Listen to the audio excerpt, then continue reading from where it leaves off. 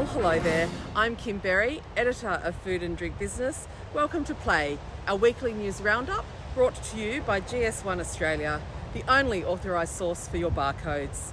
For 50 years, GS1 standards have powered business to trade seamlessly, efficiently and safely. You can learn more about the next generation of barcodes at gs1au.org. In the news this week, after the Australian Meat Industry Council added its voice to those concerned about free trade agreement negotiations with the EU last week, on Monday we learnt that talks had collapsed and Australia had walked away from the table. Trade Minister Don Farrell said that he went to Osaka on the side for side negotiations to the G7 to finalise an agreement, but what the EU offered was virtually unchanged from what it put on the table 3 months ago. For food and alcohol producers, the EU's refusal to compromise on geographical indicators was a massive red flag, while for agricultural industries, including beef and sugar, its protectionist market was always going to be a challenge in terms of working in Australia's interests.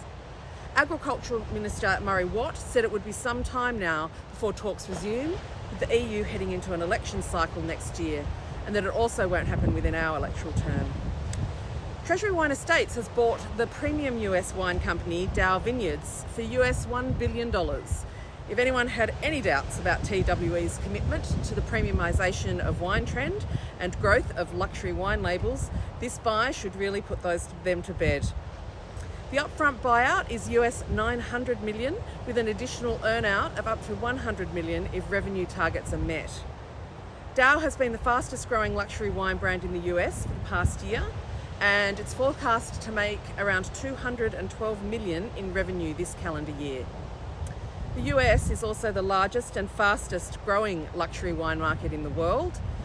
Its addition will see Treasury America's luxury portfolio grow from 38% to 53% of its net sales revenue, and globally from 43% to 49%.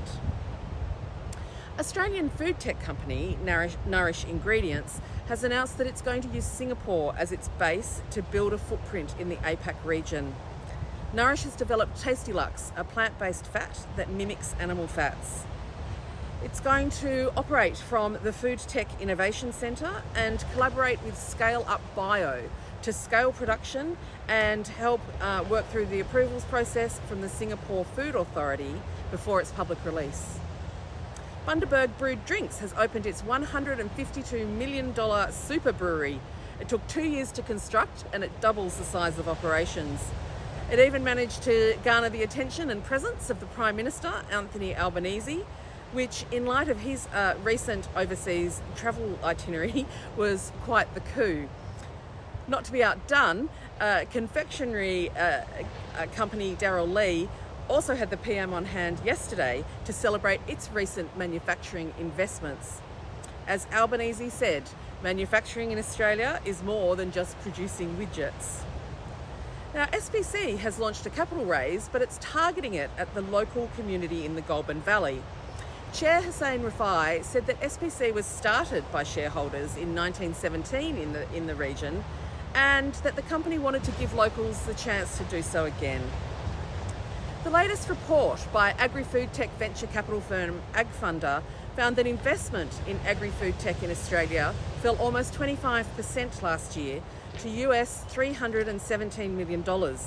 Still better than the APAC region, which dropped 58%, and globally, which fell 44%. Australian small businesses can now access R&D funding and expertise through CSIRO as it broadens its Kickstart program, expanding eligibility to include businesses with a turnover of up to $10 million. The Food and Agribusiness Network on Queensland's Sunshine Coast has launched Grow National. It's a new pathway program for food, beverage and agribusinesses designed to help them scale, attract investment, build distribution and access new markets. One of Australia's latest plant protein companies, 8 Day Foods, is working with the Melbourne food rescue body Feed One Feed All, using its plant protein product Lupreme with some of its meals. Lupreme is made solely from Australian grown lupins, which are then put through a unique fermentation process.